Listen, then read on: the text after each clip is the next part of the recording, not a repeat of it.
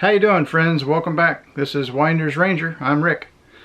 Wanted to just give a kind of a quick update on what's been going on, where I've been.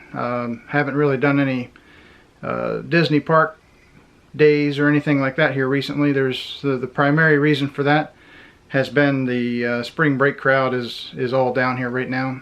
It's been pretty busy at the parks, or at least from what I hear it's been busy. I haven't been over there, just trying to keep track of the crowd levels based on the My Disney Experience app and different social medias and things like that. So haven't really done anything there. Of course, you also have in the news the Disney versus Florida thing. Trying to stay out of that. I don't want to get political or have anything to do with that. So while they figure that out, you know, they can do that. I'll find other things to do for the time being. I'm sure we'll be back in the park at some point. Not real sure when that'll be. In the meantime, I did replace the headlights on the truck. As if you've gone through any of my videos and past videos, I've done an oil change, fuel filter change, did an oil analysis on the truck that I have. It's a 2006 Dodge Ram with the Cummins 5.9 liter diesel engine. It's a 6-speed manual transmission. So the headlights, I've really select on what type of headlights that I wanted to go with and the brand. I wanted something that was a reasonable quality. When I bought that truck, I bought it used. It had aftermarket headlights on it. I think I've got some still photographs. I'll throw them in here and there to kind of showcase what I'm talking about. I'm not sure what the brand was for those headlights that were in the truck. I replaced the headlights. Let's see, I bought the truck in 2012. I replaced the headlights in 2015. I went with something that looked the same. I'm not sure if it was the same brand. I went with, I think it was Car ID, I think is how you say it. I ordered lights from them. Had no idea. I mean, you look at the reviews. I mean, you kind of have to take the reviews that you see online with a grain of salt. Overall, it looked like the reviews were decent, so I went with those as the replacement. And let's see, 2015, so 16, 17, 18, 19, 20, 21. So we got, what, 6-7 years out of them? That clear plastic or the Lexan or wherever the outside of that lens is, it gets kind of foggy and oxidizes. I mean, you can clean them up and polish them and kind of make them do for a little while longer. Wasn't really worth the effort, I don't think. But I found a company called Headlight Revolution. I'm not saying they're good or bad. Take it for what it's worth. You can look them up yourself.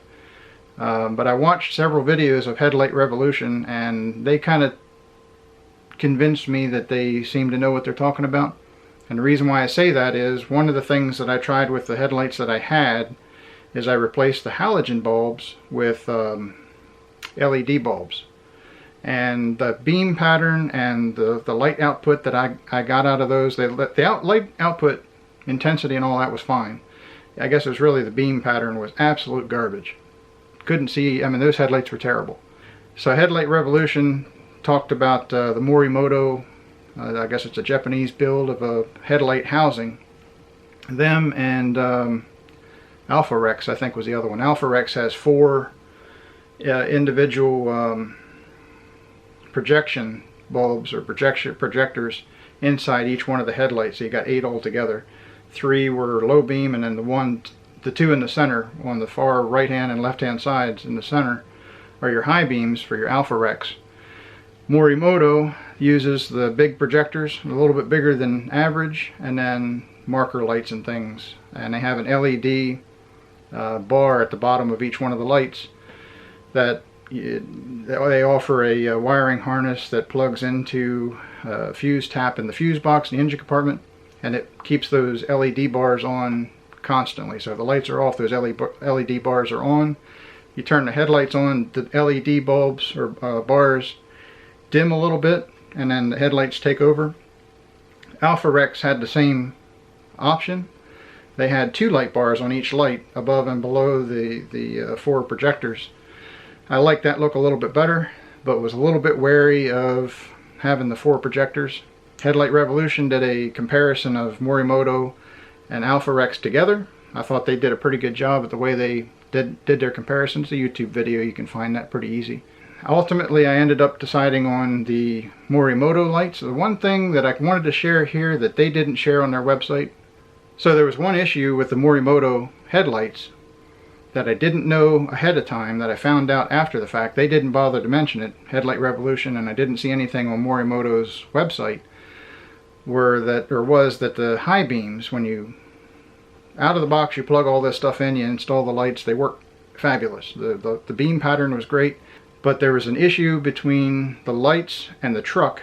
When you turn the high beams on, no problem, works great, great beam pattern. It does really good at nighttime. I've got some more video and photos of that here. I'll show it in a few minutes. When you change, your headlights are on, you change back from high beam to low beam, you hit the switch, you know, to turn the high beams off.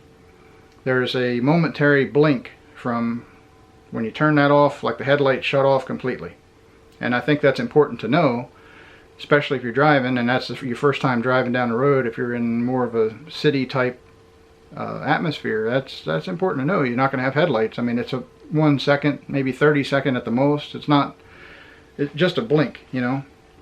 However, the issue is that I tried it several times, and I had on occasion that the headlights shut off and wouldn't come back on their own. So what happened was, in one of the videos you can actually hear when I click turn the high beams off, the headlights shut off. The camera really didn't do it justice. It made it look like it was lighter outside than it was.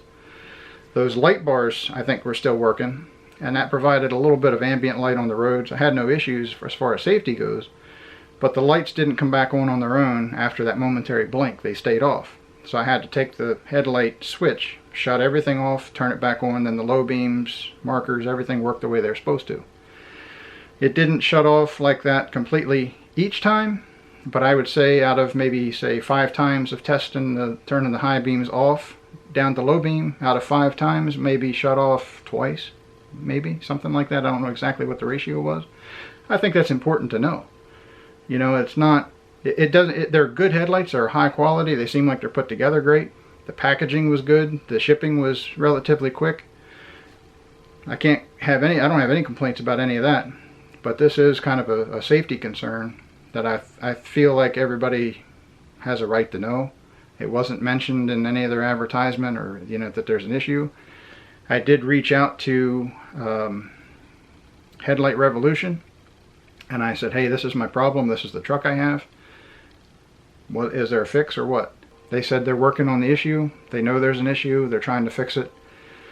They didn't really say anything as far as like, we'll take your name down, if we fix it we'll let you know. I would hope that they would do that. Seems like their customer service is reasonably well. I would think that they would. I'll check back with them later. If I hear of a fix, I'll certainly bring it up on my channel. Like I said, would I get these lights again now that I know that is an issue? I would, absolutely. They seem like they're good quality. They're packaged nice. They came quick. You know, all of that. If I didn't know ahead of time the quality of the lights and all of that, and somebody said, hey, this is the problem, would that have made a difference? Probably would have in the beginning, but like I said, now that I have them, they're good quality. I'm not saying any of this to scare anybody not to get the lights. I think it's important that everybody knows. I would like to have known, find myself in a situation where I turn the headlight high beams down, and then I've got no headlights. You know, in certain circumstances, that would be important to know. So, all that said, they're good lights. Thumbs up here. I like them. Like I said, I'll throw some videos in here so you can see like what the beam patterns are. The camera doesn't really do it justice because it looks a little bit brighter outside than what it was at the time.